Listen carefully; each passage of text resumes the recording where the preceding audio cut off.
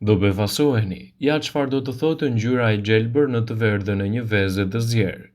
Gjatë zjerjes, veza ngurtësohet. Kjo për shkak të ndryshimit që pëson proteina që përmban veza me rritjen e temperaturës.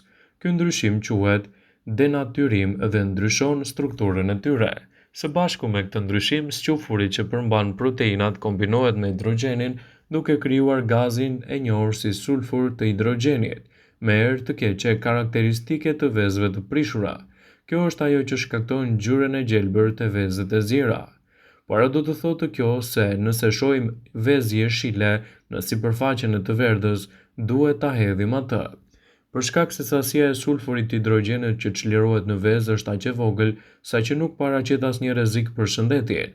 Përveç kësaj, e verdha e vezës përmban hekur si lëshon edhe fosfite gjatë zjerjes, prania e të cilës është një arsye shtesë për këtë ngjyrë të gjelbër.